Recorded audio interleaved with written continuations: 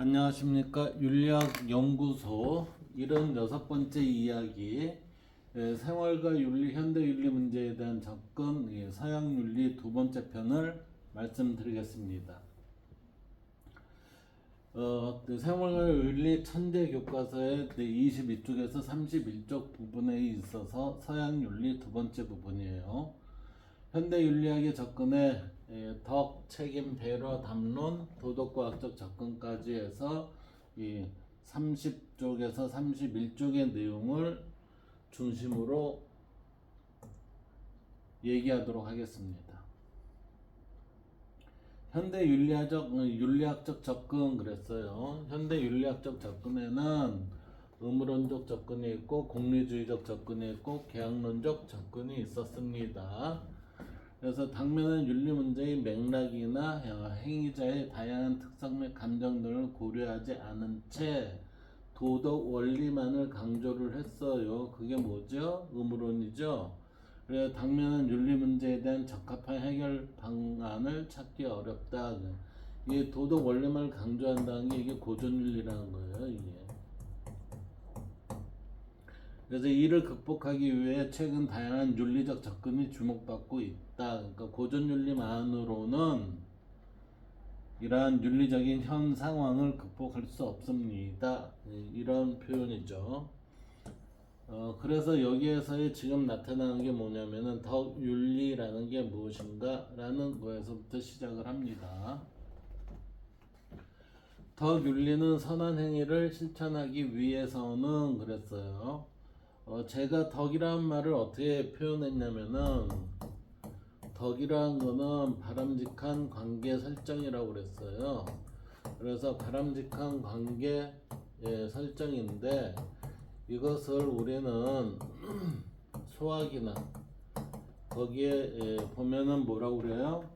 소학에 보면 뭐 어떻게 되어 있냐면은 이게 선을 쌓는 거, 적선지가에는 여유 경사라고 해서 우리는 선을 쌓는 집에는 착한 일을 많이 하는 집안에는 늘 경사가 있습니다. 이 얘기거든요. 이게 이때 적선이라는 게 이게 덕이에요. 덕. 그러니까 선한 일을 많이 하는 것, 이게 덕입니다. 그때 이 적선이라는 것을 우리는 바람직한 관계 설정 이렇게 얘기를 하고 있어요.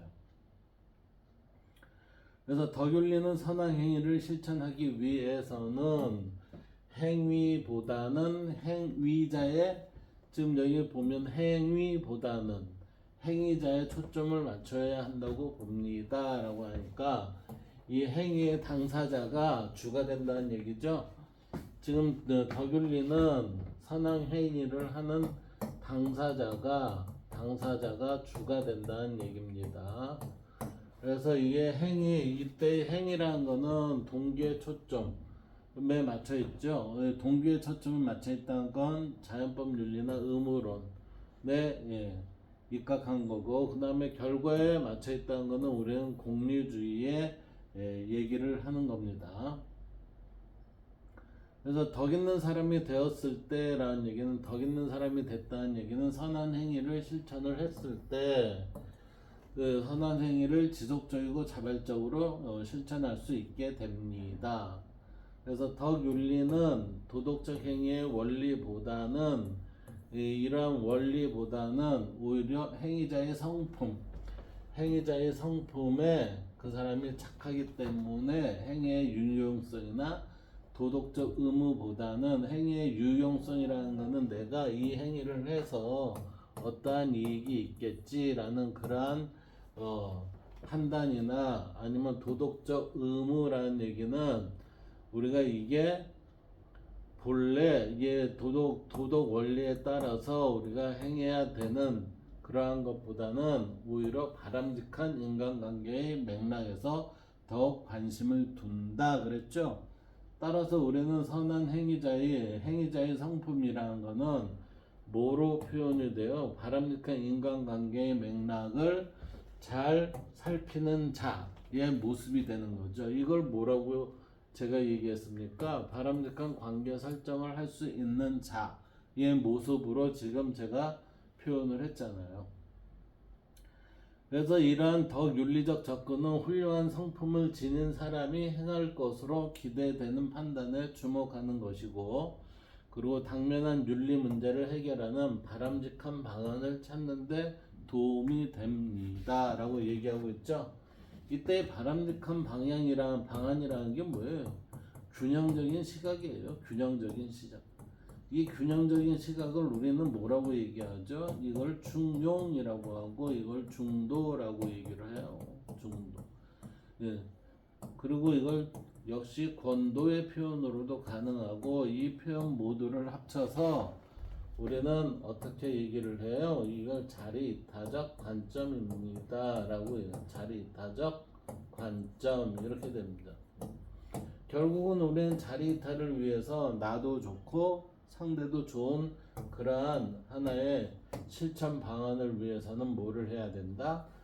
행위자의 성품이 바탕이 된 더욱 윤리적 접근이 필요하다라고 이렇게 얘기하고 있습니다.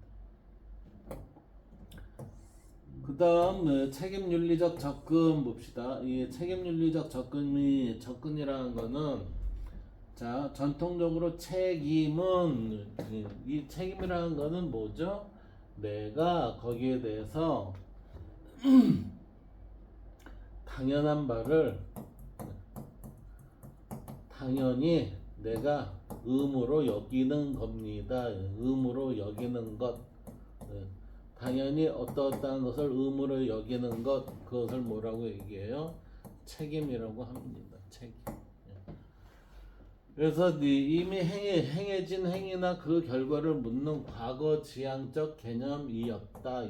전통적으로 책임은 그 결과를 묻는 과거 지향적 개념이었다라고 하니까, 행위에 대한 이 결과에 따른 하나의 상태를 우리는 상태 또는 현상을 묻는 것이다, 이렇게 얘기하는 거죠. 그렇지만 책임 윤리적 접근에서는 하지 않는 행위와 해야 할 행위에 대한 책임까지 그랬어요.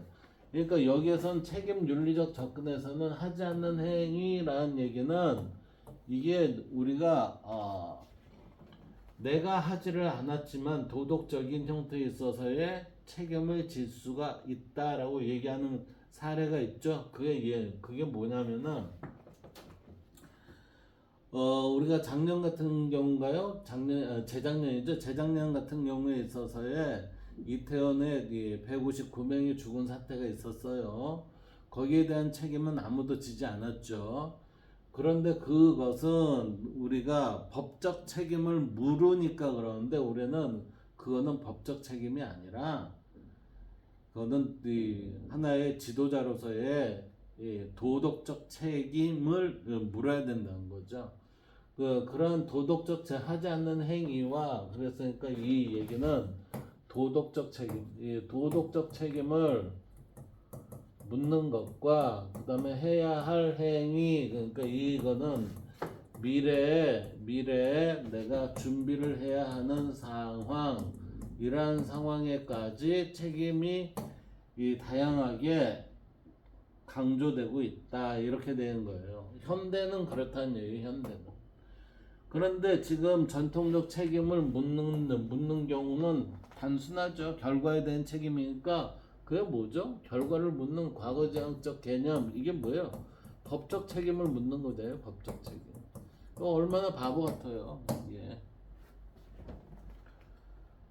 그렇기 때문에 법적 책임, 내가 잘못을 했어요. 내가 잘못을 했는데 양심의 꺼리낌이 없다가 아니라, 내가 양심의 꺼리낌은 있어도 내가 법적으로는 나 책임이 없어요, 이렇게 얘기한다는 거지. 이러한 법적 책임만 물으면 어떻게 되죠? 우리 이 사회는 뭐예요? 이 사회는 내가 직접적 관여가 되지 않는 한 어떠한 책임도 내가 묻지를 않겠다, 이렇게 이 얘기가 돼요. 그게 지금 대한민국의 현실이 됐었죠. 그래서 어떤 행위나 행위의 결과에 대한 책임은 물론, 그러니까 행위나 행위 결과에 대한 책임을 묻는 게 되죠. 예.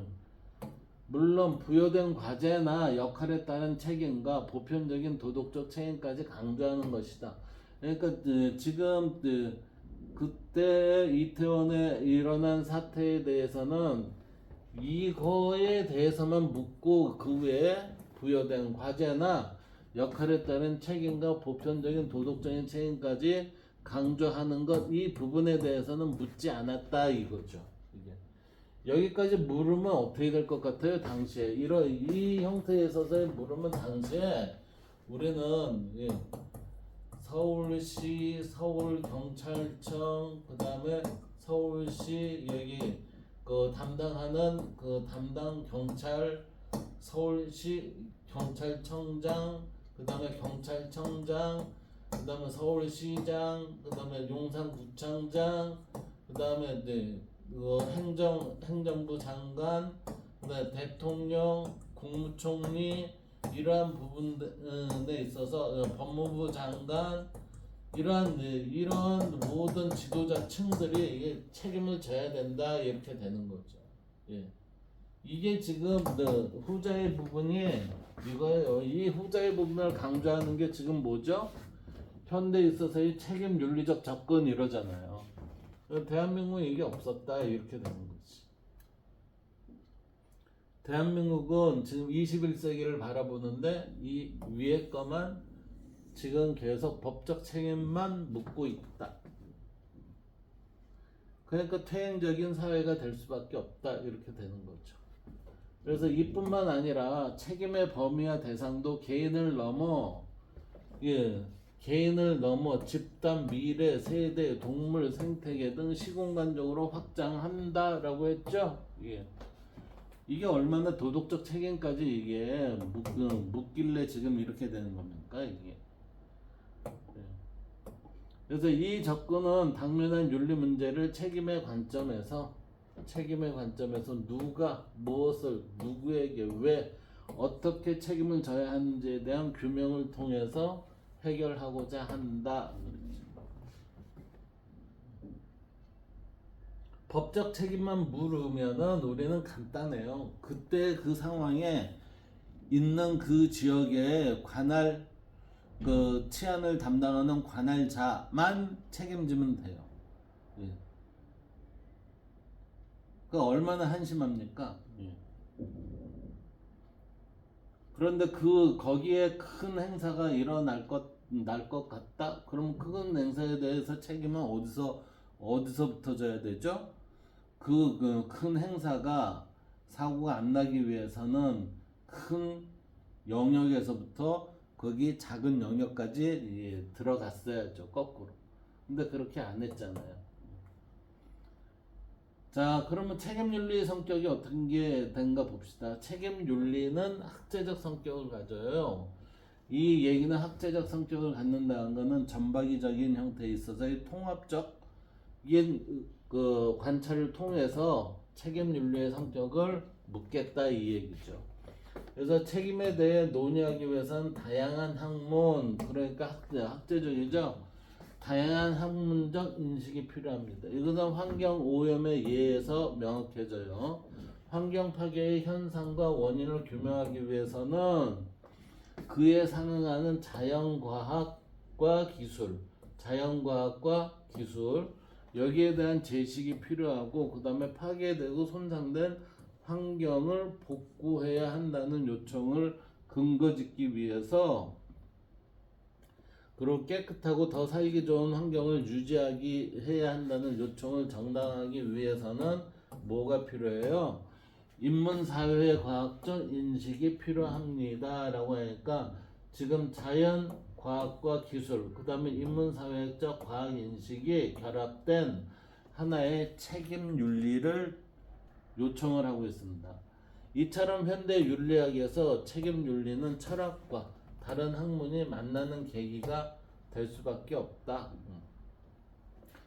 그래서 책임 윤리는 결과 윤리, 즉 행위를 그것의 결과가 갖는 가치에 따라 판단하려는 입장과 그러니까 이게 뭐죠? 이게 고전윤리적인 입장과 그 다음에 원칙윤리, 그리고 이 원칙윤리라는 거는 행위의 가치를 윤리 도덕적인 원칙에 의해 판단하려는 입장의 혼합 형태를 띈 사례라 볼 수 있습니다.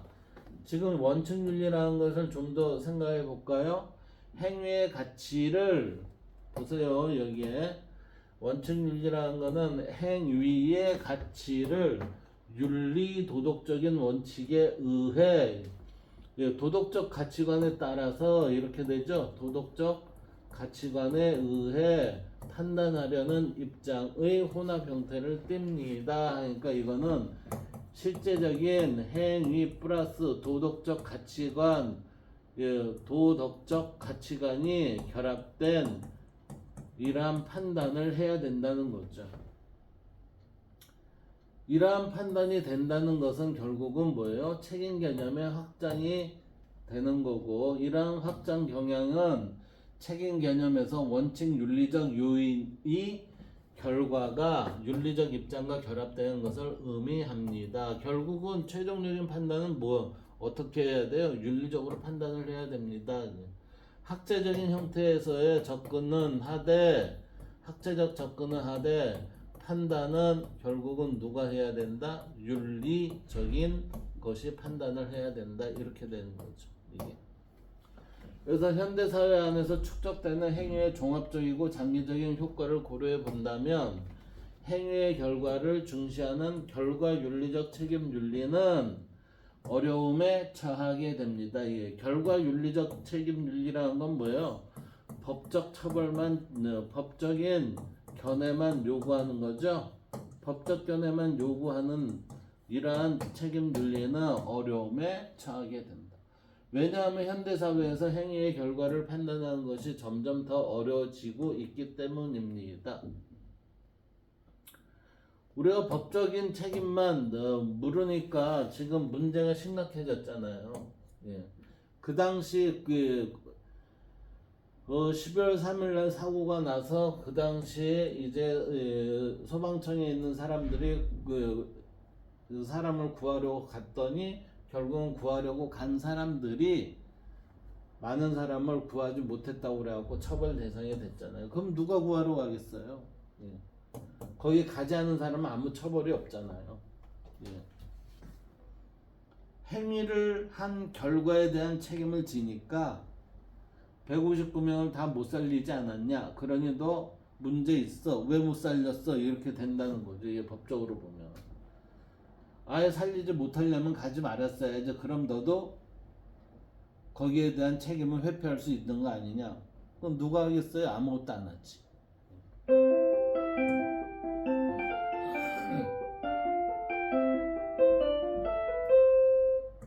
그래서 프레온가스의 사용이 오존층에 문제를 가져온다는 것을, 또 동물 사료가 광우병을 가져온다는 것을 이전에는 알 수가 없었죠.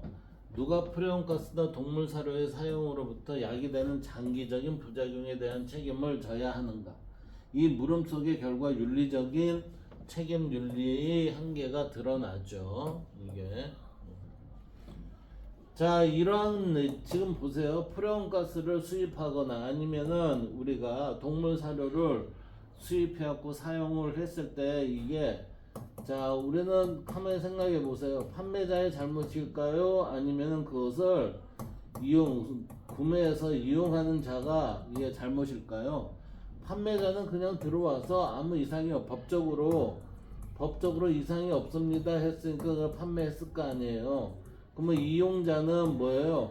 법적으로 이상이 없다. 이런 형태에 있어서의 취지에서 내가 구입을 해서 이것을 사용을 했는데 문제가 발생이 됐어요. 그러면 이 문제의 책임은 누군가요?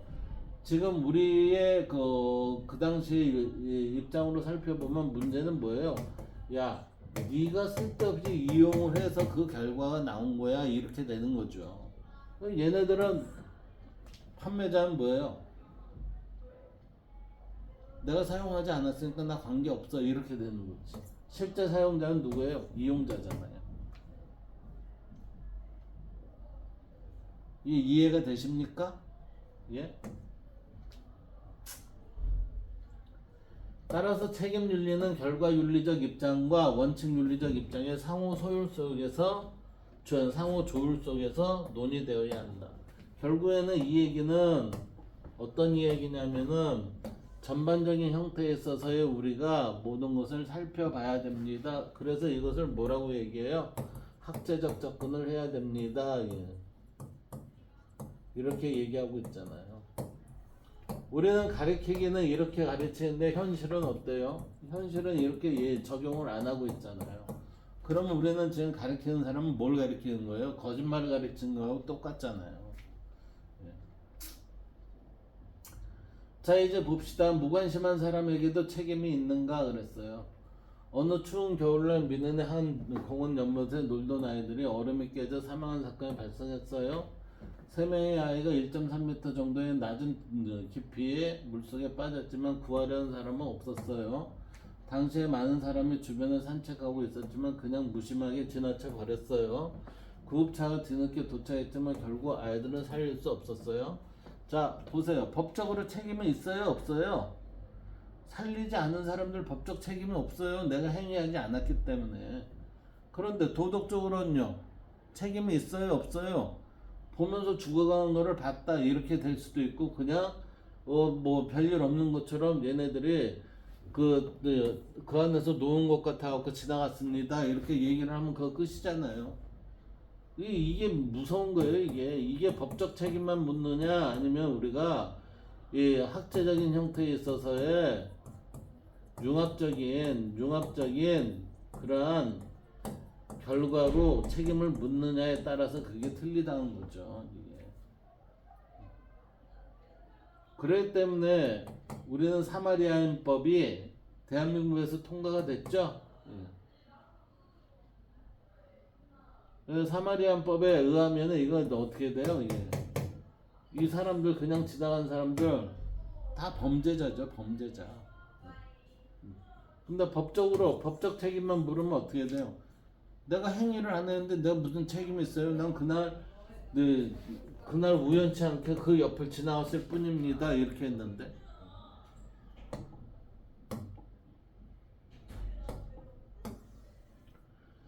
자, 아이들을 보고 구하지 않은 사람에게 도덕적 책임을 물을 수 있을까? 위와 같이 생각하는 이유는 무엇인지 토론해 보자.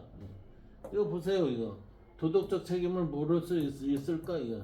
법적 책임은 묻지 못합니다. 그렇기 때문에 도덕적 책임을 물을 수 있을까? 그랬으니까 우리나라는 법적 책임만 묻지 도덕적 책임은 양심의 문제이지 이건 묻지 않아도 돼요. 이렇게 되는 거잖아요. 예. 현재 대한민국은. 그래서 위와 같이 생각한 이유는 무엇인지 토론해 보자. 만약 이게 정답의 개념으로 된다면 이와 같이 생각한 이유는 뭐예요? 현재의 사회의 모습이 이게 정답으로 구현되니까 나는 이렇게 할 수밖에 없다 이렇게 되는 거지. 그런데 예시답안을 한번 봅시다. 어떻게 돼 있나? 예시답안. 주변을 산책하던 사람들은 자신에게 특별한 위험이 없어도 구급차를 부르는 등의 조치를 할 수 있었다. 하지만 이를 행하지 않았으므로 도덕적 책임을 물을 수 있다 이러잖아요. 이게 이 학제적 관점으로 보면은 이건 물어야 된다 이렇게 돼요. 그래서 전통 윤리학이 이미 행해진 결과나 행위나 결과에 대해서만 책임을 물었다면 현대의 책임 윤리학은 윤리적 고려의 범위를 과거보다 확장시키고 있다. 따라서 위험에 빠진 타인을 보고 최소한의 조치도 하지 않은 방관자에 대해서 윤리적 책임을 물을 수 있을 것이다. 대한민국의 자살이 제일 많다고 그러죠. 청소년의 자살이. 근데 친구가 자살을 하는 데 있어서 바로 옆에 있었어요. 그거를 막지 못했으면은 그 같이 있었던 그 학생은 어떻게 되죠? 그 사람은 우리는 법으로 책임을 묻게 돼 있습니다. 제가 알기로는 그래요. 자, 그 다음 배려 윤리적 접근 그랬어요. 배려 윤리적 접근.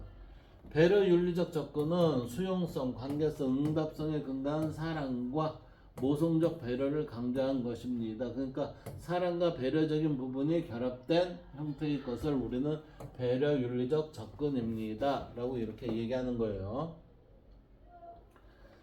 이러한 배려 윤리적 접근에서 개인의 권리를 보호하고 사회 정의를 실현하는 것도 중요하지만 보세요. 개인의 권리, 사회 정의 실현하는 것도 중요하지만 서로 배려하는 마음을 통하여 따뜻한 인간관계를 맺는 것도 중요하다고 본다. 우리나라에 있어서 지금 대법관인가 뭔가 그 했을 때 헌법재판소인가 대법관인가 해갖고 우리는 100원씩 해갖고 이게 커피를 사 먹으면 800원짜리하고 수십억의 도적질을 한 사람하고의 관계에 있어서 800원의 커피를 먹은 사람은 이 사람은 저기 회사에서 쫓겨났죠. 그래서 이제 해직 처리를 됐고 그 사람들은 뭐야 석방이 됐어요. 자, 이 얘기는 뭐예요 이게? 이거는 배려 윤리적 접근이 하나도 없이 법리에 따라서만 나는 결정을 하겠다 이렇게 되는 거죠. 예. 법리에 따라서만 결정을 하면 사람이 무슨 필요 있어요? 판사 필요 없어요. AI 인공지능 거기에 이러이러한 상황이 벌어졌습니다. 이 사람은 무슨 죄에 어떠한 처벌을 내리면 되겠습니까? 뭐 그건 딱 정답이 다 나와 있잖아요. 이게 이거 판사라는 사람이 할 필요 없어요. 이거는 AI 로봇이 하면 돼요. AI 로봇이 이렇게 하는 거는. 근데 왜 그러겠어요? 이렇게 할 수 있는 건 로봇이 아니라 사람이 할 수 있기 때문에 이 얘기를 하는 거죠. 예.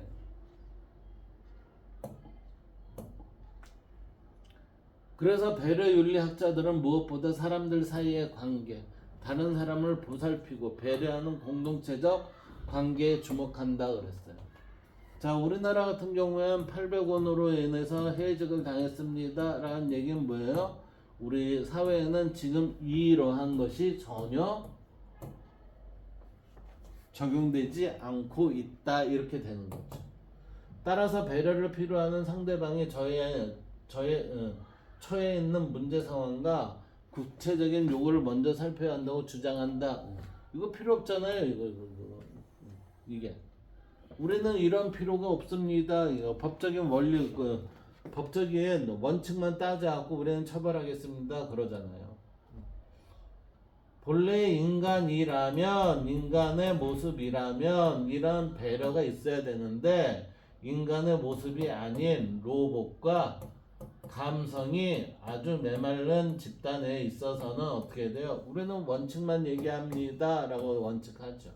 근데 자신이 이러한 일을 당하면 어떻게 돼요? 그건 너무합니다 이런 얘기 안 하겠어요? 그래서 어떻게 보면 우리 사회는 엿장수 맘에 많은 현실의 사회가 아니었을까라는 그런 부분도 없지 않아 있어요. 그래서 이제 잘 한번 살펴봐야 돼요. 우리가 잘 살고 있는지 아니면 우리가 뭔가 잘못 알고 있는지. 과연 이렇게 해서 800원의 커피를 마신 사람이 해직이 된 게 이게 정의의 원칙이 맞을까? 정의의 원칙이 맞는 거와 그 다음에 우리가 법리만 따지는 게 과연 정의의 원칙에 합당한 것일까? 이걸 한번 우리는 면밀히 생각을 해봐야 되는 이런 현대 우리 대한민국 사회의 문제점이 좀 도출됐다 이렇게 봐야 될 거예요. 세상 사는 건 법리가 우선이 아니죠. 관계가 우선입니다. 관계. 이게 무슨 관계예요? 바람직한 관계가 우선이에요. 근데 법리 우선인 사람은 바람직한 관계 이거 아예 생각하지 않잖아요. 그러니까 사회는 어떻게 돼요? 사회는 사람들이 정의라는 게 과거에는 많이 우리 주변에 있었는데 이 정의라는 게 없죠. 그리고 법리만 따지면서 나는 똑똑한 줄 알지 이성에 나는 맞게끔 했어요 라는 이런 허영심만 가득 찬 이 헛똑똑이들이 살고 있는 나라가 돼 갈 수도 있다라고 보는 거죠. 자, 그래서 이제 배려윤리를 한번 볼까요? 배려윤리는 무엇보다도 사람들 사이의 관계를 근간으로 전개되는 관계적 윤리죠. 우리는 공동체 이론이기 때문에 이게 관계적 윤리가 이게 굉장히 중요합니다. 배려 윤리가 굉장히 중요해요. 그래서 배려 윤리에서는 인간관계의 맥락을 벗어나 개인적 판단이나 결단은 의미가 없어요. 예? 이러한 관계 중심의 윤리라는 점에서 배려 윤리는 개인적이고 주체적이면 인지적인 판단을 중시하는 근대 윤리학과 구별됩니다. 근대 윤리학은 뭐예요? 법적 형태에 있어서의 법리만 따지겠다라는 게 어떻게 보면은 근대 윤리학의 과거 유무를 답습을 하는 거라고 보죠. 근데 근대 윤리학에 있어서의 배려 윤리가 없었을 것 같아요? 아니요, 있었다니까요. 근데 이게 지금 이상하게 왜곡이 돼서 그렇지. 배려 윤리는 구체적인 상황 중심의 윤리예요. 구체적인 상황 중심의 윤리예요. 그러니까 이것을 배려 윤리를 우리는 좀 더 넓게 얘기하면 상황 윤리라고 해갖고 상황에 따른 옳고 그름을 따져 봅시다라고 하는 균형 잡힌 시각을 요구하기도 하죠. 이걸 뭐라고 해요? 우리는 이게 중도적 성향입니까? 중용적인 성향입니까? 이렇게 볼 수도 있는 거죠. 그래서 구체적 상황의 개별적 윤리 현상을 강조한다는 점에서 배려 윤리는 추상적 상황에서 보편적 윤리 현상을 강조하는 근대 윤리학과 대립된다. 근대 윤리학은 뭐라고 그랬어요? 여기서 관계 중심의 윤리라는 점에서 배려 윤리는 개인적이고 주체적이며 인지적인 판단을 중시하는 근대 윤리학과 이 인지적 판단을 중시하는 개인적이고 주체적이며 인지적 판단을 중시하는 근대 윤리학과 구별된다.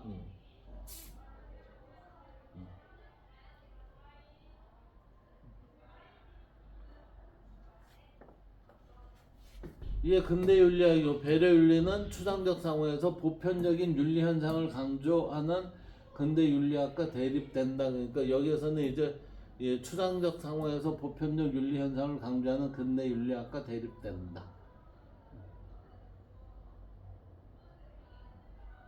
근데 근대 윤리학은 뭐죠?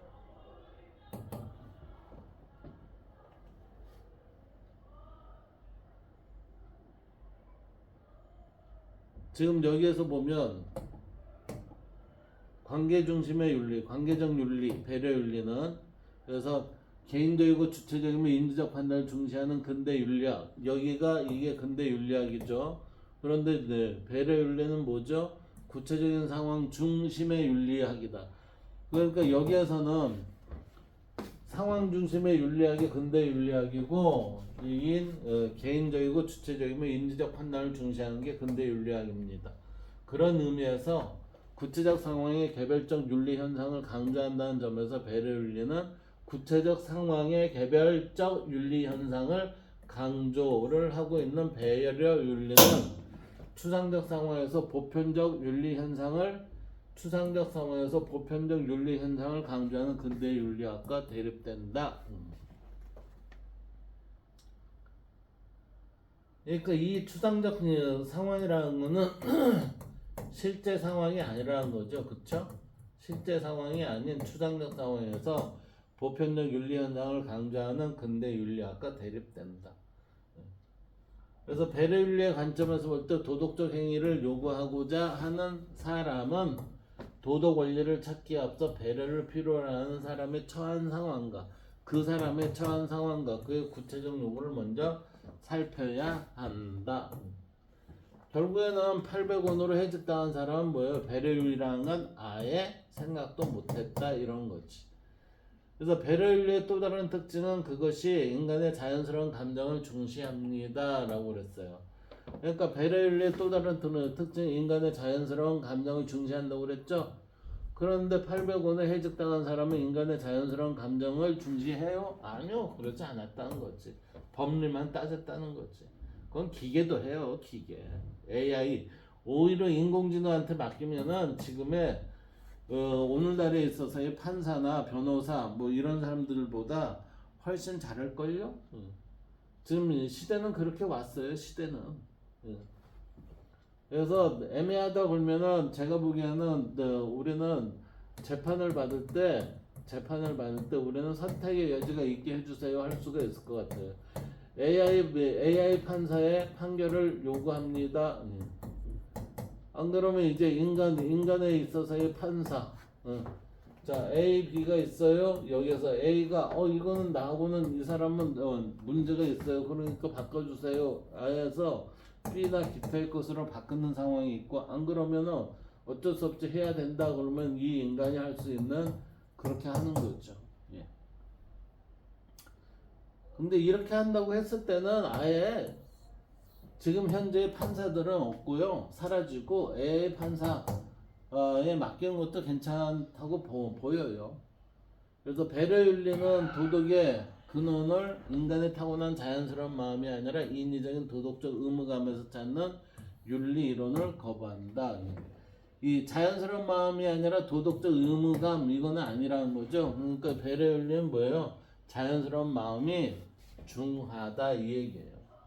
그래서 이와 같이 타고난 심성에서 자연스럽게 나오는 배려는 이게 어디 이걸 뭐라고 하겠어요? 측은지심에서 비롯되는 이렇게 볼 수가 있을 거예요. 모든 사람에게 똑같이 작용하는 것이 아니라 친소관계에 따라 차등적일 수밖에 없다.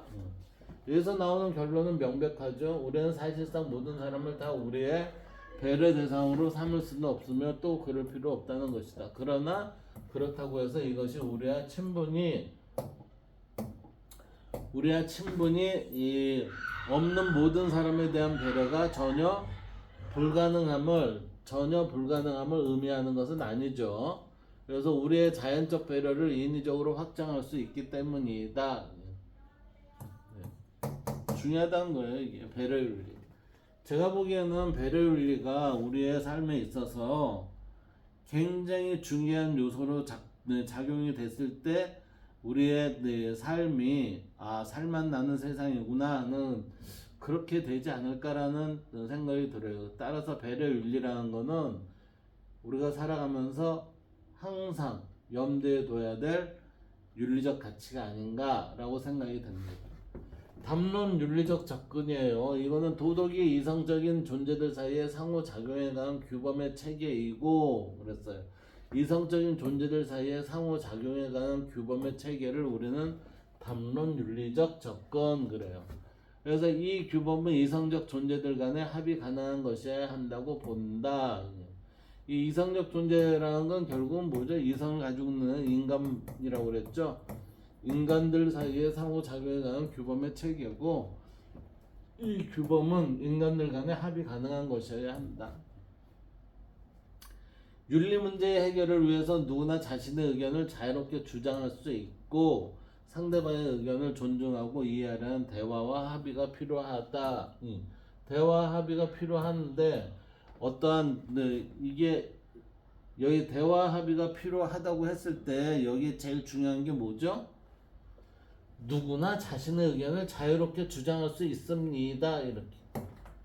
이게 전제가 안 되면은 우리는 대화 합의가 필요하다고 본다고 아니라 이거는 뭐죠? 담론이 아닌 협작이 될 수 있어요. 협작. 이게 상호 간에 있어서의 상호 이익을 추구하는 형태에 있어서의 합의점을 만들어 난다는 것은 이게 국민의 입장에서는 이것들 봐라 협작하고 있네요. 그 협작으로 볼 가능성이 무척 크다. 담론, 갈등 해결을 위한 의사소통 행위죠. 그래서 주로 논중과 토론으로 이루어집니다. 논중과 토론이라는 과정을 통해서 우리는 뭐예요? 갈등 해결의 결과를 가져와야 하는 것이 뭐예요? 담론이라고 합니다. 이렇게 봐야죠. 그 다음 볼까요? 여기에 도덕과학적 접근 그랬어요. 도덕과학적 접근이라는 건 뭐냐면은 도덕성과 관련된 다양한 현상을 뭐로요? 과학으로 살펴본다는 거예요. 그래서 과학적 방법을 통해 설명하고자 하는 것을 우리는 도덕과학적 접근 이렇게 얘기해요. 그래서 예를 들면 행동과학에서는 인간의 행동을 과학적 법칙에 적용하기 때문에 인간의 자율성과 존엄성을 배제한다는 문제점이 있습니다. 여기 보면 행동과학에서는 그러니까 과학을 보면 인간의 자율성과 존엄성을 배제할 수 있다 이렇게 보는 거죠. 뭐에 따라서 인간의 행동을 과학적 법칙에 적용하기 때문에 이러한 감성적인 것은 배제를 한다는 것이 문제점이 있다 이런 거죠. 이걸 배제를 한다는 건 뭐예요? 배려적인 윤리가 있다 없다. 얘는 없어요 이렇게 되는 거지. 그래서 인간은 환경에 의해 통제될 수 있는 존재로 보고 환경에 의해 통제될 수 있는 존재로 보고 인간의 모든 행동을 예측할 수 있다고 봅니다. 행동과학에서는 인간은 환경에 의해 통제가 되고 인간의 모든 행동을 통제를 하면서 예측할 수 있다고 본다. 그러니까 행동과학적인 측면을 미래에 적용하면 어떻게 되죠? 미래에 적용을 했을 때 우리의 삶은 항상 누구로부터 감시당하고 있구나 이렇게 볼 수가 있다는 거죠. 이게. 자, 이러한 접근은 인간의 행동을 과학적 법칙에 적용하기 때문에 인간의 자율성과 존엄성을 배제한다는 문제점이 있다. 인간의 기본적인 부분은 뭐예요? 자율성과 존엄성이죠. 근데 이것을 배제한 상태에서 과학적으로만 접근하려고 하니 이게 우리의 삶의 모습에 인간으로서의 제대로 사는 삶의 모습이 될까요? 저는 노라고 생각돼요. 그래서 최근에는 뇌의 작동 방식을 탐구하는 신경과학 분야의 방법론을 윤리학에 접목한 신경윤리학도 등장했습니다. 였고 신경윤리학적인 과학 탐구, 도덕적 과학 접근이 있었다. 뇌과학의 발달에 힘입어 감정과 이성이 도덕의 근원으로서 어떤 기능을 하며 자, 감정과 이성이 도덕의 근원으로서 어떤 기능을 하며 양자가 도덕 판단의 과정에서 어떤 관계를 갖는지에 대해 과학적으로 알게 되었다라고 지금 하는 거죠. 뇌과학의 발달로 인해서 감정과 이성이 어떤 관계인지를 과학적으로 알게 되었다. 그래서 자신의 익숙한 공동체의 일상생활에서는 감정이 추론의 과정 없이 즉각적으로 나타나지만 딜레마 상황에서는 이성이 도덕 판단을 내리기 위해 추론의 과정을 수행하는 것으로 밝혀졌다. 논리를 따진다는 거죠. 그래서 신경윤리학자들은 도덕적 위기 상황에서 인간의 공격성을 감소시키고 사회적 협력을 증진할 수 있는 약물을 통해 도덕적 향상을 기대할 수 있다고 본다. 그러니까 비도덕적인 인간들한테 뭐를 해요? 약물을 투입하면 그 사람은 도덕적인 형태의 모습을 기대할 수 있다라고 이렇게 신경윤리학자들은 보고 있다는 거죠. 그러나 이에 대해서는 논쟁이 있습니다라고 얘기를 하고 있습니다. 자, 이제 정의로운 사람이란 그랬어요. 정의로운 사람이란 근데 정의가 뭘까요? 정의가 자, 이 정의라는 이 말이 발을정자를 한번 볼까요? 발을정자라는 거는 하나에서 멈춘다는 거예요. 이게 전이라면서 멈춘 게 이게 그 정의예요. 이 정의라는 거는 뭐예요? 전이라면서 멈추니까 그 다른 길에서 이게 벗어나지 않는다는 거야. 벗어나지 않는다. 벗어나지 않는 것을 우리는 일지 이렇게 얘기해요. 일지 상태에서 벗어나면 여기서 벗어나면 어떻게 돼요? 이 일지에서 이탈이 됐다는 것은 부정적인 거죠. 바르지 않은 것이다. 근데 일지 상태를 유지하는 건 바른 것입니다. 이렇게 되는 거예요. 따라서 정의는 일지 상태에 있어서의 모든 사람들이 거기에 결집되어 있는 삶을 사는 것을 나는 정의 이렇게 얘기를 하고 싶어요. 자, 이제 한번 봐봅시다. 정의로운 사람이 어떤 사람인지. 그래서 정의로운 사람은 정의롭거나 절제 있는 행위를 알아야 하고 합리적 선택에 의해 행위를 하되 그 행위 자체 때문에 선택해야 하며 확고하면서도 흔들리지 않는 상태에서 행위를 해야 합니다. 이거 확고하면서도 흔들리지 않는 상태라는 거는 확신이 가야 되죠. 이 확신이 간다는 것은 뭐예요? 일지 상태에서 머문다는 얘기예요. 일지 상태에서 머문다는 얘기는 발음을 유지하고 보존한다는 거죠. 유지 보존한다는 거. 네. 그래서 어떤 행위들을 정의롭고 절제 있다고 말하는 것은 그것들이 정의로운 사람이거나 절제 있는 사람이 행했을 법한 그런 종류의 행위들일 때이다 라고 하니까 이게 결국은 뭐예요? 우리가 이론으로서 아는 게 아니라 이게 행위로 이루어졌을 때 이 행위자를 우리는 뭐라고 얘기한다? 정의로운 사람이다 이렇게 얘기한다 이렇게 됩니다. 자, 이걸 볼까요? 아리스토텔레스는 정의로운 행위와 정의로운 행위자를 구분을 해요. 그래서 정의로운 행위는 모르고 하거나 우연히 할 수 있기 때문에 정의로운 행위를 했다고 해서 정의로운 행위자가 되는 것은 아닙니다. 그쵸? 이건 정의로운 행위자는 정의로운 행위를 하는 거죠. 근데 정의로운 행위를 했다고 해서 그 사람이 정의로운 행위자는 아니에요. 왜 그러냐면 우리가 행동을 할 때 우리가 어떤 행위를 할 때 행동을 할 때 옳고 그름이 있으면은 옳은 것을 행할 수도 있고 그른 것을 행할 수도 있어요. 그른 것을 이때 옳은 것을 행했을 때 우리는 발음을 행했다 하고 그른 것을 했을 때는 바르지 않은 부정을 행했다 합니다. 이렇게 얘기할 수 있죠. 이때 옳은 것을 행한 발음을 행하는 자는 이 발음을 알고 행했기 때문에 정의로운 행위자가 되고 만약 모르고 옳고 그름을 둘 중에 하다 보니 선택이 됐어요. 그러면은 이거는 이 사람의 행위는 옳은 것도 있고 그른 것도 있지만 이 사람은 옳은 행위자는 아니다. 정의로운 행위자는 아니다. 이렇게 볼 수 있다는 거죠. 그래서 악한 사람도 옳은 행위를 때로는 합니다. 그런데 그때 한번 했다고 해서 그 사람을 정의로운 사람 이렇게 얘기를 할 수 있나요? 그건 아니라는 거죠. 그래서 아리스토텔레스는 정의로운 행위를 어떻게 봤나? 정의를 알든 모르든 누구나 할 수 있다라고 하는 게 정의로운 행위예요. 그 다음에 정의로운 행위자는 정의를 알고 하는 행위자, 즉 지행합일의 경우 사례라고 볼 수 있겠죠.